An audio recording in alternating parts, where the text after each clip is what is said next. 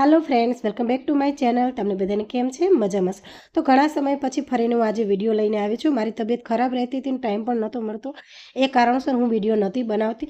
परंतु मारा विद्यार्थीए आजे धोतीनुं कटिंग तेनी जाते कटिंग करवानी छे, ए माटे थईने मने थोड़ोक टाइम मळी गयो। तो मने लाग्युं के लावो ने तमारी माटे पण आ विडियो शूट करी नाखुं। तो आजे मारा विद्यार्थी धोतीनुं कटिंग करी रह्या छे अने जो तमारे पण धोतीनुं कटिंग करता शीखवानुं होय तो विडियो पूरो जोजो, स्किप बिलकुल करता नहीं। आ कापड़ छे 2 मीटरनुं कापड़ छे અને 35 ઇંચની લંબાઈ છે। તો જે લોકોને પણ ધોતીનું કટિંગ શીખવું હોય તો જરૂર પૂરેપૂરો વિડીયો જોજો।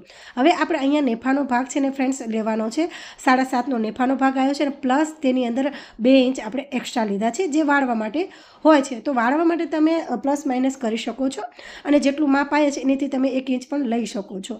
તો અહીંથી જે તમારે ટોટલ જે લંબાઈ છે ત્યાંથી તમારે જે આપણે 9 ઇંચનું અમે વાળવા નેફા માટેનું માપ લીધું છે તે અમે કટિંગ કરી નાખશું આ રીતે।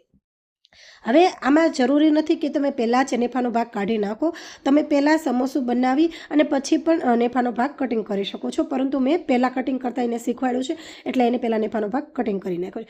હવે શું કરવાનું, તમારે સમોસું બનાવવાનું છે, આને આવી રીતે કાઢી નાખવાનું છે અને પછી અહીંથી આ ખૂણો લેવાનો છે અને આ સાઈડ આ રીતે વાળી દેવાનો છે। જો આ સરસ રીતે સમોસું થઈ ગયું, ક્યાંય પણ વધારાની કિનારી આવી જોઈએ નહીં। જો આ રીતનું સમોસું કરી નાખવાનું છે તમારે। આ રીતનું સમોસું થઈ જાય પછી જ તે ધોતીનું કટિંગ થાય છે, પછી જ તે ને તમારે ચૂડીદાર ચોવણી આવે છે તેનું કટિંગ થાય છે, ચૂડીદાર હાથની જે ડિઝાઇન આવે છે તે પણ કટિંગ થાય છે, યાની કે હાથની જે બાય ચૂડીદાર આવે છે તે થાય છે।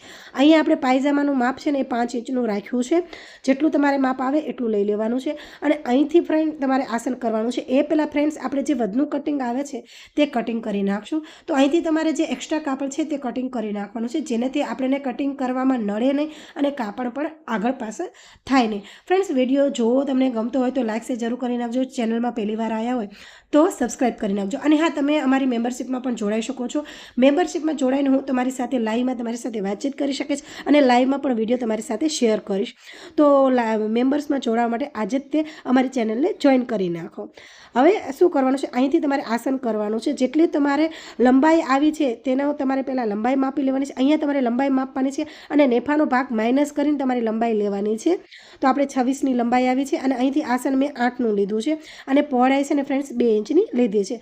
બહુ હેવી માપ હોય તો તમે 3 ઇંચ પણ લઈ શકો છો અને બહુ નાનું માપ હોય તો તમે 1.5 ઇંચ પણ લઈ શકો છો અને અહીંથી તમારે આ રીતની ગોળાઈ આપી દેવાનો છે અને ટોટલ લંબાઈ છે ને ફ્રેન્ડ્સ 35 ઇંચની છે, એમાંથી માઇનસ તમારે જે નેફાનો ભાગ આવે છે તે કટ કરી નાખવાનો છે।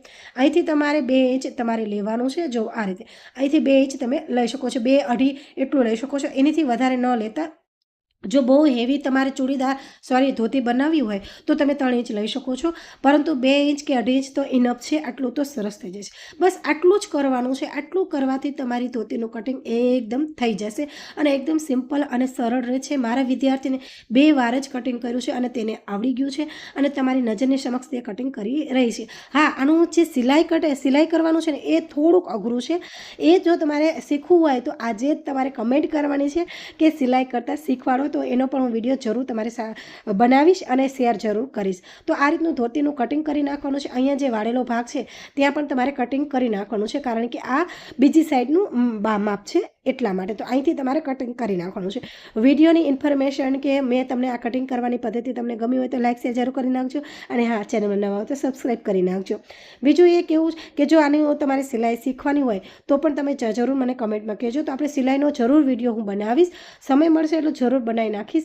બાકી તમારો સપોર્ટ બદલ ખૂબ ખૂબ આભાર। હજી તો હું કંઈ કહેતી નથી બીજું, પણ મને સપોર્ટ જરૂર કરતા રહેજો। થોડા સમય હું તમારી સાથે વિડીયો જરૂર શેર કરતી રહીશ। તો અત્યારની માટે બાય બાય।